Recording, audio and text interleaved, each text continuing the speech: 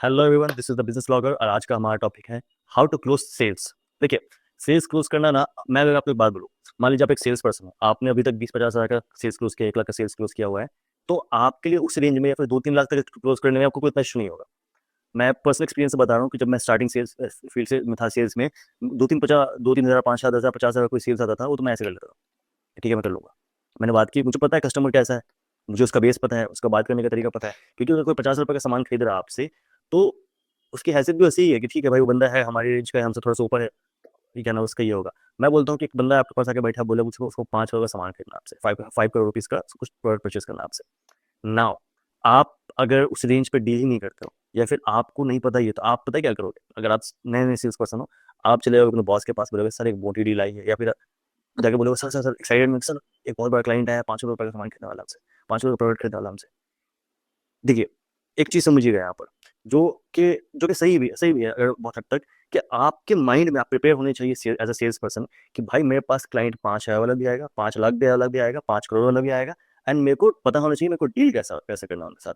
मैं आपको एक एग्ज़ाम्पल देता हूँ, एक चीज़ समझिएगा। हमारा कॉर्पोरेट गिफ्टिंग का काम है। I own a corporate gifting company. तो कॉर्पोरेट गिफ्टिंग में हम लोग क्या करते हैं कि कस्टमाइज़्ड गुड्स प्रोडक्ट्स बेचते हैं। अब मैं कल परसों की बात बता रहा हूँ। मेरे कस्टमर हैं, उन्हें not to disclose the name obviously. तो मेरे कस्टमर ने मुझे बोला कि भाई मुझे ₹500 तक के बजट रेंज में मेरे डीलर्स डिस्ट्रीब्यूटर्स की गिफ्टिंग के लिए लगभग 500 से 1000 पीस कुछ गिफ्ट आइटम्स चाहिए। मुझे दे दो। आई सेड कि ठीक है sir, I will get it arrange. मैंने अगले दिन उनसे मीटिंग थी मेरी, मैं बोला ठीक है सर, मैं कुछ ऑप्शंस ले आऊँगा। I will get my presentation sir. मैं ऐसे बात करके हमने उनको प्रेजेंटेशन तो उसके पास रहते ही हमारे कस्टमर्स के पास। मैं नेक्स्ट डे चला गया उनके पास विज़िट के लिए। मैं गया, कुछ सैंपल्स भी अपने साथ कैरी लेकर लिया। उनके पिछला परचेज़ का जो रिकॉर्ड हो या फिर उनका जो माइंडसेट है, जो कस्टमर को जितना मैं समझता हूँ उस हिसाब से, मैंने अपने हिसाब से प्रिपरेशन करके ले लिया कि ठीक है भाई, ये कस्टमर से सारी चीज़ें लेता है, तो मैं उस रेंज में ही देखूँगा, उसका प्रोडक्ट कैटेगरी या फिर उसकी कंपनी से करती है। मैं गया, उसमें से 2-3 प्रोडक्ट शॉर्टलिस्ट हो गया। ऑब्वियसली 10-12 प्रोडक्ट लेके गया था।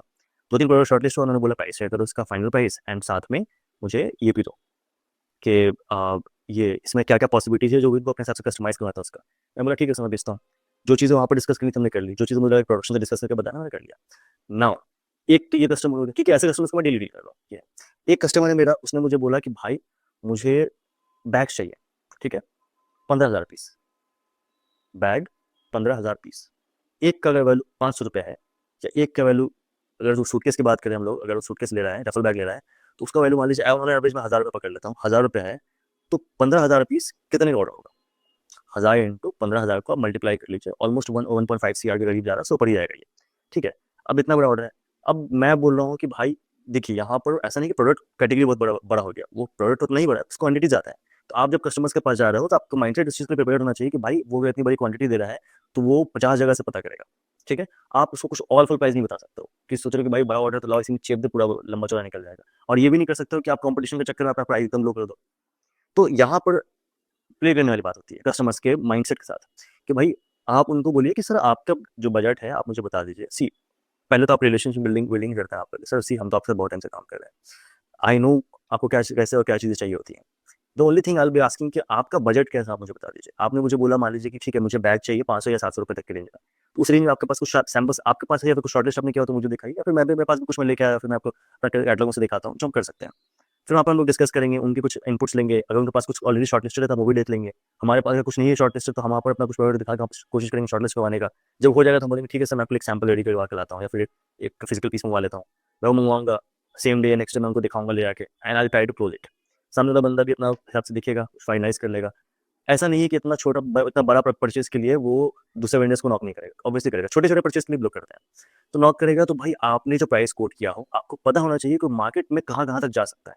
And as per that standards, अगर वो प्राइस आपने जो दिया है वहाँ पे मैच कर रहा है, तो भाई आप अच्छी रेंज में खेल सकते हो। आप अच्छे प्राइस में, अच्छे मार्जिन से उसको बेच सकते हो। लेकिन आप सोच रहे हो कि भाई 250 प्रोडक्ट मैं 500 में बेच दूँ, ठीक है, वो भी इतनी बड़ी क्वांटिटी में, तो भाई सामने वाला बंदा इतना मूर्ख नहीं है, और हमें इतना मूर्ख बनाना भी नहीं चाहिए, उनको समझना भी नहीं चाहिए। सिंपल सी बात है भाई, आप भी धंधा करने बैठो, 2 पैसे आप कमाओगे, आपका कस्टमर भी सोचेगा कि भाई हम 2 पैसे बचा लें। वो 50 जगह से पता कर रहा है, सारे मैन्युफैक्चरर्स हैं, सारे अपने रिटेलर्स, होलसेलर्स जो भी हैं सब हैं वहाँ पर। सब अपने-अपने हिसाब से मार्जिन दे रहे हैं कि सर हम 30-20% दे देंगे, 50% दे देंगे आपको ऑफ, या फिर हम आपके लिए ये कर देंगे, वो कर देंगे, जो भी फलाना-ढिमकाना वो कर सकते हैं, जो भी उनके हिसाब से पॉसिबिलिटीज़ होती है, वो सब। तो सामने वाले बंदे ने क्या किया कि उसने 50 जगह से पता किया, और आपने अपने हिसाब से जो मार्केट की अंडरस्टैंडिंग और क्लाइंट की अंडरस्टैंडिंग आपको है, उसके हिसाब से आपने उसको एक चीज़ बता दी। सर देखो, दिस इज़ द प्रोडक्ट, ये एज़ पर एक्चुअल रहेगा, मैं आपको इतने में कर दूँगा। अगर आपको कुछ बजट का हो तो बताइए, हम इसमें थोड़ी वर्किंग कर सकते हैं, सो दैट कि इसको आपको बजट मिले। और अगर आपको थोड़ा और से प्रीमियम चाहिए तो भी बताइए, हम उसके लिए भी वर्किंग कर सकते हैं। तो नाउ जो वे आपका ये क्लाइंट है, उसके पास एक विंडो खुल गया कि भाई मैं इससे प्रीमियम भी ले सकता हूँ और मैं इससे थोड़ा कम भी करवा सकता हूँ। तो मेरे पास 100-200 रुपए का ब्रैकेट है, बजट है, जिसमें मैं वहाँ पे खेल सकता हूँ 1000 रुपए के प्रोडक्ट में। जब जहाँ जिसमें मैं वहाँ पर, अगर मैं मैनेजमेंट नहीं मान रहा है कुछ भी, तो मैं प्ले कर सकता हूँ। ये आपने इसको एक रिलीफ दे दिया, और अगर ये पॉसिबिलिटी है तो बहुत अच्छी बात है, ऑब्वियसली तभी आपने बोला उनको। लेकिन ऐसा नहीं कुछ रॉन्ग मूवमेंट कर दीजिए वहाँ पे हो नहीं पाए। तो ये सारी चीज़ों का ध्यान रख के आप जब उनको बोलते हो कि सर ठीक है, आप ले लो, तो वो चीज़ वहाँ पर आपके लिए समझ जाइए कि एक क्या बोलते हैं इसको, अपर हैंड हो जाता है कि ठीक है भाई, बाकी सारे वेंडर्स वैसे नहीं डील करता हूँ, बट आपने वैसे कर लिया। This is the first thing, एक फ्री फर्स्ट सिनेरियो है। अब सेकंड सिनेरियो पे आते हैं। यहाँ पर क्या है कि सामने वाले बंदे ने मुझे ये नहीं बोला है कि भाई मुझे ये क्या नाम है इसका 50,000 पीस क्वांटिटी चाहिए, मुझे 1,500 पीस क्वांटिटी चाहिए, मेरा बजट भी 1,500 रुपये का ही है, ठीक है? कुछ गिफ्ट गिफ्ट ऑप्शन बताओ। तो मैं फिर वहाँ पर उनको ये नहीं करूँगा कि भाई मैं उनको ऐसे प्रोडक्ट बताऊँ, जैसे जैसे मान लीजिए हम लोग बैग या टी-शर्ट जो मोस्टली होता है, उसमें ना मार्जिन ज़्यादा नहीं होता है। टी-शर्ट का जो बिज़नेस है, मान लीजिए प्रमोशनल टी-शर्ट जो बनते हैं, उसमें मार्जिन ज़्यादा नहीं होते हैं। उसमें सिंपल सी चीज़ ये होती है कि भाई क्वांटिटी में होता है बात। अगर 15,000 पीस है, हमारा ₹5 का टी-शर्ट बच रहा है, ठीक है? तो 15,000 इंटू 5 हमारा 1.5 लाख रुपए करीब, नहीं 1.5 लाख नहीं, 75,000 करीब बन जाता है, ठीक है? तो एज़ सिंपल एज़ दैट। वही चीज़ आपको सोच के आपको ये ऑर्डर लेना या क्लोज़ करना पड़ता है। तो आपने ये रखना पड़ता है कि भाई मेरा सारा चीज़, मैं होता है ना कि माल खराब हो जाए, कुछ भी हो जाए, मैं सब चीज़ों का अपना एक सिक्योर्ड रखने के बाद अपना कितना मार्जिन रखना, 5%, 10%, 12%, 15%, 20%, ये क्वांटिटी रखें तो हो जाता है। अब मान लीजिए कोई प्रोडक्ट है जहाँ पे क्वांटिटी बात नहीं है, तो हम यहाँ पे ऐसे प्रोडक्ट देना है, यूनिक प्रोडक्ट जो उनको पिच करें। तो यहाँ पे प्राइस का मसला ही नहीं है, यहाँ पर मार्जिन का मसला ही नहीं है। यहाँ पर है कि आपका कस्टमर आपसे माँग रहा है कि यूनिक प्रोडक्ट दो मुझे, जो मुझे ₹1000 के अंडर में पड़े और मैं अपने कस्टमर्स को गिफ्ट कर सकूँ as something new and fresh in the market. अब ये चीज़ समझ जाइए कि भाई कस्टमर जो है आपका, वो जो प्रोडक्ट ढूँढ रहा है, आपने उसके बेसिस पे उसको क्या प्रोडक्ट दिया है, और वो चीज़ आपको अगर उसके साथ अलाइन करती है तो वो ले ले। हमने अभी यहाँ पर 2 केसेस डिस्कस किए हैं। पहला केस में क्या था कि हमने कस्टमर्स के पास क्वांटिटी थी, हमारे कस्टमर्स के पास क्वांटिटी थी पहले केस में। तो कस्टमर हमें कह रहा था कि भाई हमें ऑब्वियसली 15-20,000 पीस लूँगा, तो मैं अगर परचेज़ वाला बंदा हूँ, तो मैं कोशिश करूँगा कि पैसे बचे, पैसे रुक के आएँ हमारे पास, ठीक है? कि थोड़ा-सा ये हो, क्या बोलते हैं उसको, सेविंग हो हमारी। मैं कंपनी को दिखा पाऊँ कि हमने परचेज़ किया तो हमने प्रीवियस प्राइस से थोड़ा-सा अपग्रेडेड करके लिया है और अच्छे प्राइस पे लिया है। एक ये है। दूसरा चीज़ ये है कि भाई जब प्रीवियस प्राइस वाला ये से अगर बेटर हम ले रहे हैं और ये दिखा रहा है कंपनी को, तो पहला चीज़ हो गई। लेकिन दूसरी चीज़ ये है कि एक और सिनेरियो जो हमने अभी डिस्कस किया, वहाँ पर प्राइस का कंस्ट्रेंट नहीं था, वहाँ पर ये था कि भाई उनको यूनिक प्रोडक्ट चाहिए था। यहाँ पर ना ज़्यादा क्वांटिटी है आपके पास, और ना ही ऐसा है कि पूरे प्राइस का ये है कि हमें इसी बजट में चाहिए। उनको यूनिक प्रोडक्ट चाहिए, 1000 का बजट दे दिया, आप उनको 1200 का भी दोगे और वो जस्टिफाई कर देगा तो वो ले लेंगे। तो यहाँ पर आपको ना यूनिकनेस प्रोडक्ट्स, आपको जब आप जब प्रोडक्ट्स दिखाते हो, फिर शॉर्टलिस्ट करते हो अपने कस्टमर से क्लाइंट के लिए, तो आपको माइंडसेट में रख के करना पड़ता है, हाई चीज़ है। थर्ड, जब मान लीजिए आप जो तीसरा सिनेरियो है, वहाँ पर ये है कि भाई हमारे जो कस्टमर हैं, उनको इस चीज़ से मतलब ही नहीं है कि भाई आपका बजट क्या है। अब इसमें 2 आते हैं, बजट वाले मतलब कि देखिए, फॉर एग्ज़ाम्पल मैं आपको बोलूँ कि भाई हमें ये क्या नाम है इसका, एक 50,000 या 1 लाख रुपए का, कोई डज़न्ट मैटर, मुझे एक प्रीमियम गिफ्ट चाहिए। मतलब मैं जा रहा हूँ किसी गवर्नमेंट ऑफ़िस में, या फिर मैं जा रहा हूँ मेरे किसी बहुत प्रीमियम एलीट कस्टमर के पास, इंटरनेशनल कस्टमर्स के पास, और 10-12 कस्टमर या 15 कस्टमर या 20 कस्टमर या 50-100 कस्टमर है। तो मुझे उसमें प्राइस कंसर्न नहीं है, मुझे कुछ यूनिक प्रोडक्ट चाहिए। ऐसा प्रोडक्ट जो कोई नहीं दिया हुआ आज तक, या फिर कोई सोचा नहीं हुआ। तो आपके पास यहाँ पर ये है कि 50,000 1 लाख में आप ऐसा कौन-सा प्रोडक्ट दोगे उनको, जो जस्टिफ़ाई करेगा प्राइस को? तो देखिए, क्या होता है ना कि हर चीज़ जो होती है वो मॉनेटरी टर्म्स में नहीं होती।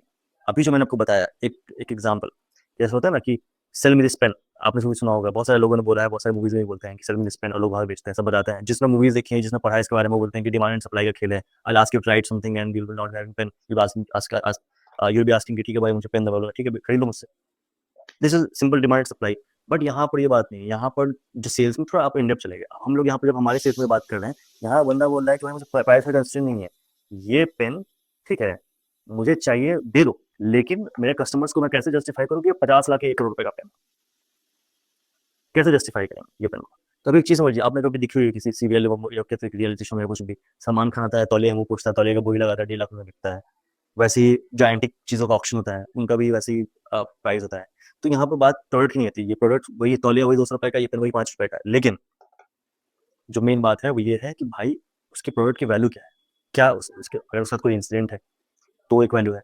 कुछ हिस्टोरिकली है, जैसे हम बोलो कि भाई रेड क्लिफ में जो साइन किया था इंडिया पाकिस्तान का बॉर्डर का जो रेखा या कुछ भी, इसी पेन से साइन किया था। तो एक हिस्टोरिक वैल्यू वाला पेन है ये। आप समझ रहे हो? एक पेन है, बट वही ₹5 का पेन है, बट एक हिस्टोरिक वैल्यू वाला पेन। तो ये चीज़ें होती हैं। सचिन का बल्ला है ₹500 का, ₹1000 का, ₹5 का होगा, ₹10,000 का होगा, ठीक है?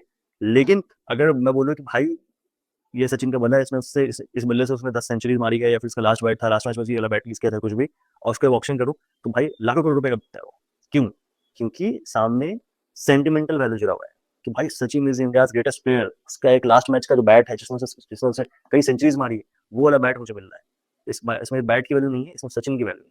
तो सेम चीज़ है कि जब आप किसी प्रोडक्ट किसी को ऐसे बेच रहे हो कोई चीज़, तो वहाँ पर उसको आप सिर्फ ये नहीं कर सकते कि भाई ठीक है 50,000 में मैं आपको क्या दे काम करता हूँ, सोने का बिस्किट बना के दे देता है, नहीं सोने का कॉइन भी दे देता बना के, नहीं। तो चीज़ ये है कि भाई कस्टमर क्या चाहता है, आप उनको देखिए, जानिए, समझिए।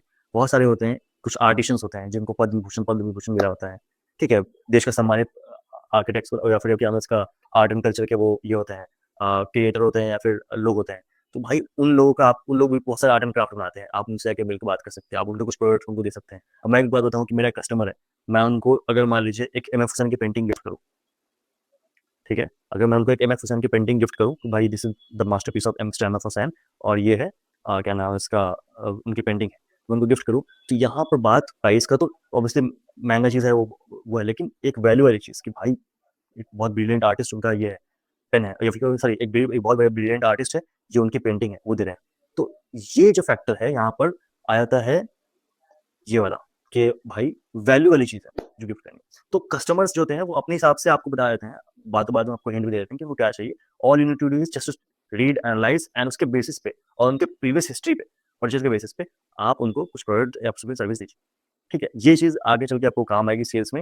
एंड हमेशा यह चीज़ याद रखिएगा कि एज अ सेल्स पर्सन हमारा काम होता है एनालाइज करना हमारे कस्टमर्स को, उनके बिहेवियर को, उनका पैटर्न को, और उसी के बेसिस पे हम उनको जो प्रोडक्ट सर्विस होती है उसका पिच देते हैं। हमारा प्रोडक्ट चेंज नहीं होता, हमारी सर्विस चेंज नहीं होती, बट यस ऑब्वियसली मुझे पता है कि सामने वाला बंदा मुझसे खोज रहा है एश्योरिटी कि भाई ये प्रोडक्ट खराब तो नहीं होगा, तो मैं उसको एश्योरिटी दूंगा कि sir this is a good product, ये हमने इस कंट्री में दिया था, इस कंपनीज में दिया था। उससे क्या होगा कि एक ये हो जाएगा कि भाई इस ब्रांड ने इस कंपनी ने भी खरीदा हुआ है। दूसरा उसके बाद सर इसमें वारंटी भी आती है, आपको 6 मंथ की 1 ईयर की वारंटी कुछ भी दे रहे हैं, या फिर सर आप देख लो इसकी क्वालिटी, आप चेक कर लो 2 महीने इसका क्या, तो कुछ भी आप उनको एक्सप्लेन कर सकते हैं कि उनको ट्रस्ट हो जाएगी, सर आप एक बार देख लो, आप ये प्रोडक्ट इसकी स्ट्रेंथ देख लो, सारी चीज़ देख लो, आपको जो भी चीज़ आपको समझ में आए उसके बाद आपको समझ आ जाएगा, आपको जो भी आप खुद टच एंड फील करके समझ जाओगे। तो इससे क्या होगा ना कि सामने वाले बंदे का जो उनकी इनसिक्योरिटीज हम उसको कैटर करते हैं, and that's how we do sales. सामने वाले बंदे का अगर इनसिक्योरिटी कि भाई उसको उसकी कंपनी वाले बोरिंग बोरिंग बोलते हैं कि भाई बहुत बोरिंग से गिफ्ट देते हो आप, आपका वही डायरी पेन और कार्ड होल्डर किचन वाला का काम चल रहा है अभी तक, उसके ऊपर कुछ बने नहीं है अभी, कुछ करवाइए, कुछ नहीं यूनिक करवाइए। तो सामने वाले बंदे के ऊपर एक प्रेशर है कि बस यूनिक गिफ्ट देना है, तो आप उनको एक यूनिक गिफ्ट दीजिए कि भाई ये प्रोडक्ट मार्केट में कोई नहीं कर रहा, और बहुत यूजफुल भी है और बहुत ये भी है, आपको अपीलिंग भी है कि सब लोग इसको यूज कर रहे हैं। जैसे बीच में स्टैनले मग बहुत चल रहा था, वैसे ही बहुत सारे प्रोडक्ट आते रहते हैं। तो बेसिस ऑन दैट कि सामने वाले बंदे की इनसिक्योरिटीज क्या है, उनको क्या चाहिए, उनको क्या चल सकता है, उनके बैक ऑफ द माइंड में क्या चल रहा है, on the basis of that आप उनको प्रोडक्ट या सर्विस पिच कीजिए। आई कैन अश्योर यू कि आपका जो सेल्स कन्वर्जन है वो बहुत हाई हो जाएगा। एंड वही चीज़ है वहाँ पर कि एक चीज़ याद रखिएगा कि आप सेल्स पर्सन, आपका काम बेचना है। डजेंट मैटर कि आप सेल 1.5 लाख का कर रहे हो या 1,500 का कर रहे हो, 1.5 करोड़ का कर रहे हो, आपको अपने कस्टमर्स को रीड करना है। आप कभी भी जो कस्टमर आपका लाखों करोड़ रुपए का सामान खरीद रहा है, ठीक है, और बहुत ये क्या नाम उसका बड़े लेवल पर डील कर रहा है आपके साथ, आप उनका चंदी चीज़ों के लिए 100-200 रुपए के लिए आप उनसे बार्गेन नहीं कर सकते। 100-200 रुपए की चीज़ों के लिए आप उनको बार-बार पोक नहीं कर सकते। ये चीज़ें ना आपके लिए थोड़ी सी हो जाती हैं कि क्या बोलते हैं इसको कि एक इंप्रेशन खराब हो जाता है। सामने वाला बंदा आपसे नेगोशिएट तक नहीं करना चाह रहा। मैं आपको बताता हूँ कि कस्टमर्स जो होते हैं, जो छोटे मान लीजिए कस्टमर जो स्मॉल परचेज़ कर रहे हैं, वो ज़्यादा बार्गेन करते हैं। जो बड़े परचेज़ करते हैं ना, उनके लिए कॉस्ट मैटर ही नहीं करता। उनके सारे प्रोडक्ट रखे हैं, उनके आँख में जम गया ये प्रोडक्ट। आप उनका 5 है बोलो वो ले लेंगे। तो that's how it works and that's how sales works. तो आपको क्या करना है ना कि सामने वाले को बस रीड करना होता है कि how he is thinking and how his behaviour pattern is changing as per the product you are showing, and based on that आपका अच्छा-सा सेल्स आ जाता है। Thank you so much for watching the business vlogger. मिलते हैं next video में।